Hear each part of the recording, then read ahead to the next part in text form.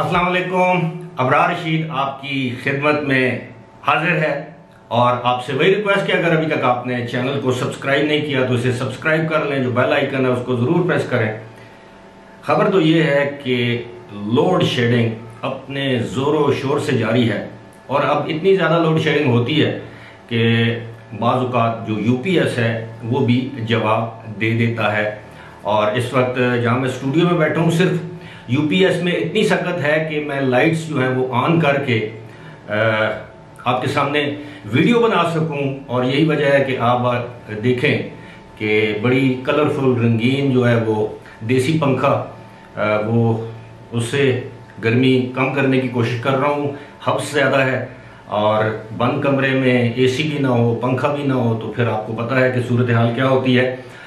अलबत्ता ये जो देखें, अब हम अपने असल की तरफ दुनिया लौट रही है एक मरतबा फिर कि बिजली वाले पंखे जब जवाब दे जाते हैं तो ये पंखे जो हैं वो आपके काम आते हैं। खबर ये है, साथ साथ शायद आपको थोड़ी सी डिस्ट्रैक्शन लगे, लेकिन मजबूरी है, क्या करूँ। लाइट्स इतनी तेज़ होती हैं बाज़ औक़ात के, इससे भी गर्मी और हिद्दत में इजाफा हो जाता है। खबर ये है कि यूएई के जो ट्रैवल प्लान्स हैं उनकी एयरलाइंस के जिस पर वो काफ़ी ज़्यादा इन्हिसार कर रहे थे कि इस साल भी गुज़श्ता सालों की तरह वहाँ से लोग ट्रैवलर्स जो हैं बड़ी तादाद में एमिरेट्स से, इत्तेहाद से, यूरोपियन ममालिक में जाएंगे, अमेरिका में जाएंगे, यूके, दीगर ममालिक में जाएंगे। लेकिन ये सब प्लान्स धरे के धरे इस तरह रह गए।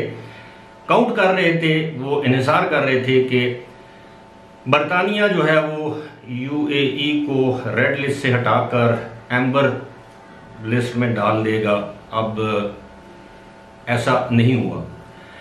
यूएई न सिर्फ अब बरतानिया की रेड लिस्ट पर है, बल्कि जर्मनी ने भी इतलात के मुताबिक यूएई को रेड लिस्ट में डाल दिया। यानी रेड लिस्ट का मतलब यह है कि या तो उन ममालिक से आने वाली परवाज़ों पर मुकम्मल पाबंदी रहेगी, जो खुसूसी परवाज़ें उन मुल्कों के रेजिडेंट्स यानी यूएई के रेजिडेंट्स जो बरतानिया के शहरी भी हैं, अगर वो वापस जाएंगे तो उनको 10 दिन तक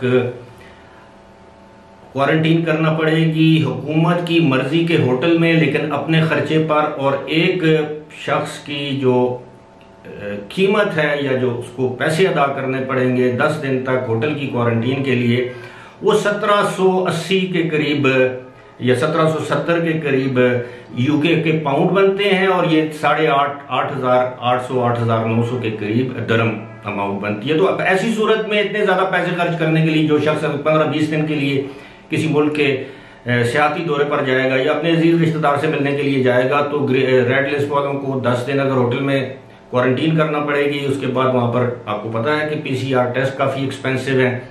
इसी तरह जर्मनी ने ऐड कर दी है, यूएई ने ट्रैवल एडवाइजरी जारी कर दी है। तो इससे बड़ा धचका यूएई की एयरलाइंस और वहाँ की जो ट्रांसपोर्ट सियाहत की सनत है उसके लिए कोई कुछ और हो नहीं सकता। और अगर सूरत हाल यही इसी तरह बरकरार रही तो फिर आप खुद अंदाज़ा कीजिए कि जिस तरह वो कह रहे थे कि जुलाई के मिडल में या जुलाई के आखिर में दुनिया की भर से परवाज़ें आना जाना शुरू हो जाएंगी, तो फिर एक्सपो 2020 का क्या होगा। गुज़श्ता रोज़ ही दुबई से पाकिस्तान में आए हुए मेरे बहुत ही प्यारे, बहुत ही ज़बरदस्त इंसान शहबाज कुरैशी साहब, जो कि वहाँ पर हज़ारा दरबार रेस्टोरेंट्स के ओनर हैं, चूँकि उनका ताल्लुक अहमदाबाद से है, पुरानी शनासाई है, तो वो आए हुए थे मेरे यहाँ खाने पर। मैंने उनको बुलाया हुआ था, तो जो सूरत हाल उन्होंने मेरे सामने पेश की वो इतनी ज़्यादा हौसला अफजा नज़र नहीं आती। ख़ास तौर पर उनके जो खदशात हैं एक्सपो 2020 के हवाले से कि बेशक एक्सपो 2020 तो हर सूरत मुनक़िद होगी, लेकिन एक्सपो 2020 में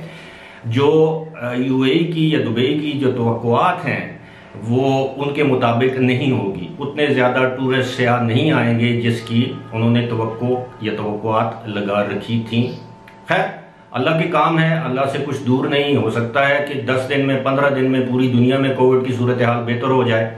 लेकिन दूसरी जानब एक इंतहाई बुरी खबर यह है कि अब बताया ये गया है कि फाइजर की जो वैक्सीन है वो जो न्यू डेल्टा वेरिएंट है उसके खिलाफ मुअस्सर नहीं है, और जिन लोगों ने फाइजर वैक्सीन की दोनों डोजेज लगवा भी रखी हैं उनको भी कोविड हो चुका है, ना सिर्फ यूएई में बल्कि दीगर यूरोपीय ममालिक में भी। तो अब फाइजर की वैक्सीन पर भी बहुत बड़े सवालिया निशान उठाए जा रहे हैं, उठ रहे हैं कि अगर फाइजर की वैक्सीन की दोनों डोजेज लगवाने के बाद भी आपको कोरोना हो सकता है, या उसका जो नया वेरिएंट है आप पर हमलावर हो सकता है। फिर ये वैक्सीन के झंझट में पड़ने की, ये वैक्सीन लगवाने का फ़ायदा क्या है? इसके साइड इफ़ेक्ट्स इतने ज़्यादा हैं, ख़ास तौर पर ख़वातीन पर, वो लोग जो दिल की अमराज में मुब्तला हैं, जिन लोगों को गुर्दे की बीमारियां हैं। तो ये सारी सूरत हाल इस बात को जाहिर करती है कि हतमी तौर पर कुछ भी नहीं इस वक्त दुनिया में वैक्सीन के नाम पर तजुर्बे किए जा रहे हैं। ममालिक वैक्सीनेटेड लोगों के लिए भी